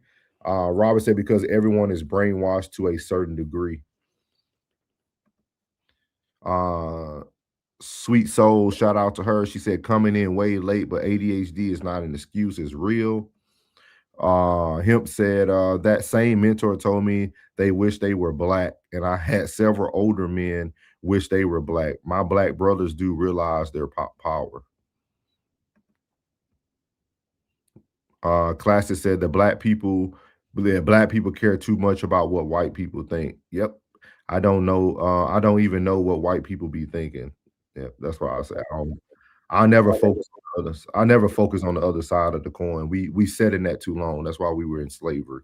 Hemp said don't realize their power. Sweet said at Raw 10-4. Love that. Yeah, I was telling him we just had an open conversation.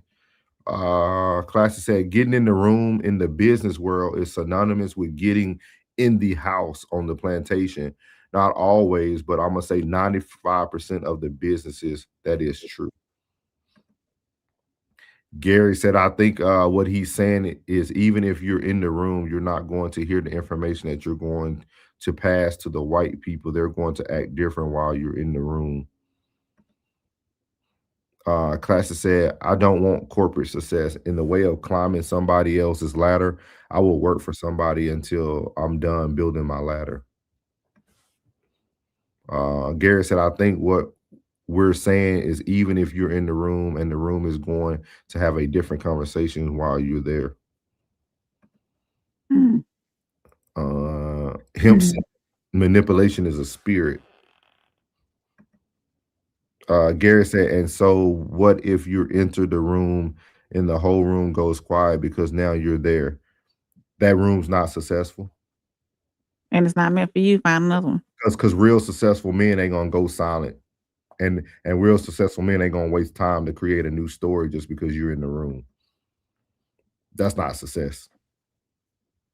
You find me a billionaire that got time to waste to plan a meeting just to have a fake meeting because Nora's and Plug in the room. They ain't making no money that day. Classic said, I'm meeting no nigga to walk to work. Nah, dog. No. He'll say no. Him said, being the icebreaker. Class said, I don't want the money that way. It's plenty of ways to figure out some money. I ain't holding no man's pocket like that. Gary said, picture if you're the one black man and you go to a room for a 99 white rich people. In the second you walk in the room, they all just sit there and stare until you leave or till you say something. Hemp said facts. Gary said manipulation means I do something for you to get something in return. If there's something I'm getting in return doesn't hurt you, they probably just don't care too much. Yep. Let's see here. That's the same one. Sweet Soul said yes. Cohn was Trump's mentor and taught him to be ruthless in his approach to business and politics. They just read the book Art of War. Gary said they both get something out of the arrangement. You can look up good in front of them and they get to have their task completed.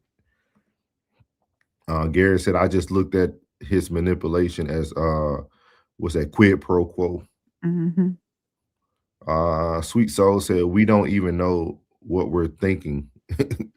We don't even know what we're thinking. She's talking about for white people. Robert said, right, that's a coward. Yeah, that's what I'm saying if they doing that. Gary said, what are you saying? In low income areas, you guys do not have grocery stores and he's asking Robert and stuff. You have corner stores and liquor stores to try to keep you down. And because they know they did the exact same thing to get to the top. Definitely agree, man. Great topic, man. We appreciate everybody, man. A lot of new faces today, man. Mr. Gary, Sweet Soul. Who else? We had Robert Hemp, our normals in here, our boy Classic, Tez. Who else we had in here today? Did Joe Jet stop by or no? Who? No, that was Miles. I was thinking about Miles. We had Lisa, Christian, John Boy was in there. So we appreciate everybody who stopped in. Make sure y'all hit that like button on YouTube. So what she said, Sweet Soul said, I like what the young lady on the panel was speaking about. To me, it sounds like initiative, drive, passion, and better yourself. Thank you, man. There you go, Rain. There you go, Rain. Look at that. Look at that. So, man, we appreciate y'all. Got anything for the people before we get off this thing? We gave a good hour and 45 minutes. Y'all got per usual. Come see us in Chicago on February 13th. We're gonna be live and in person. Come see us. Purchase tickets while they're still available. It's gonna be an intimate event. And actually they're on sale right now. So make sure I'm not gonna say when they're going off sale. So make sure you go ahead and purchase before they go back up to regular price. Follow us on all our social medias, Facebook, Instagram, TikTok. Join our Discord. If you go back up through the comments, it's in the link is in the top of the comments. I can put it down at the bottom again too. All that good stuff. Come see us. We here. No Middleman panel. This panel is here Monday and Tuesday.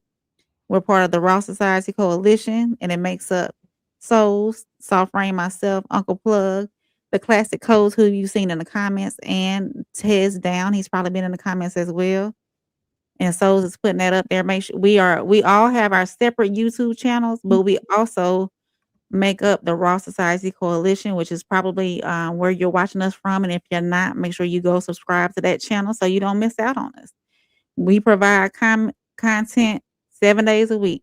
Somebody is coming on here live. So make sure you go follow all of us everywhere. Appreciate you, Ray, man. Appreciate everybody, man. Much love to you too, Robert. He said thanks, much love. Y'all make sure y'all tap in. We'll be back here tomorrow with a new segment, so y'all tap in. Duke said ADHD. I don't believe it, but I also know what it does exist. As far as Dr. Umar Johnson is concerned, he's correct on some things, and some other things I look at it with suspicion. Oh yeah, we all understand him. Yes, ma'am. Thank you for Rain. Gary said for some people it's real, others most definitely an excuse. Shout out to you stayed in this thing. Appreciate you, Jerron. He stayed in. He said highest level of wisdom. Duke was welcome in, Duke. We about to end, but we appreciate you coming in, man. Never too late to chime in, but I know people don't want to hear this, but this is the 100% fact. When you are powerless under the political system of racism / white supremacy, you have no control over the policies of schools. All right, brother. Appreciate you. I'm putting up all the links one more time for people who come in late, so they don't have to scroll up to the top. Yash dripped out, said finna sub. I love my people, even if we have different opinions. All American black folks do the same. Yeah, appreciate that. Y'all follow his lead, or he or she. He said he's subbing. Make sure you sub to everybody on that thing, man. Good content all the way around. And hey, something even better than subbing, y'all come to the live show. We're gonna be in Darien, Illinois, man, in Chicago on the west suburb at Q Bar. We're gonna be going live, doing this in person. We're actually gonna be doing a little singles and soulmates live panel with a live performance from our very own The Classic Codes, better known as B Class. So y'all can see our talent that is within our coalition. He said, they said, love you, kings and queens. Appreciate you, man. Thank you. We appreciate y'all tonight, man. Hey, man, we own this thing lately. Like the video, subscribe if you love your people. I love it. Gary said, you guys lied to me. I just broke all the ice cubes in my fridge. I was sitting here. I'm finna be watching y'all. Appreciate it. All right, Duke said, until black people focus like the laser beam on replacing racism with justice, nothing will ever fix the issue that black children face in our school system until black people control the wholesale. Yeah. We could talk about that one night. We appreciate that, Duke. We appreciate that. But we are out, guys. Again, y'all can catch us February 13th live. If not, you can catch us tomorrow night here on Raw Society and Souls of Thought. We'll be having a new show coming up. And then every Monday and Tuesday, you can catch us on No Middleman. And then you can catch the rest of the coalition throughout the week, man. We appreciate y'all. Y'all have a great night. I'ma win any type of way. That's a parlay you could take to them. I'm having that aura, I got that glow. They hate it worse when they know that you know. Walk in the room like I'm covered in gold. I used to suppress it, was about to implode. I used to suppress it, was about to explode. Sore thumb in the room, everywhere that I go. Black sheep for the fam, used to think something was wrong. Took a little time to realize I was chose. Took a little time to realize I was special. Ever since birth, been a cold under pressure. Wanna be great, gotta do a little extra. That's why I grind with obsession. Everything about me irregular, everything about me is pressure. Maximum effort, no box left unchecked on the checklist, no stone left unturned, mash on the gas and etc. Or farming hoe, I'm up in rank. Step in the room, they paved the way. I get treated like a milli tank. Southpaw like I'm really tank. I do things that they really can't.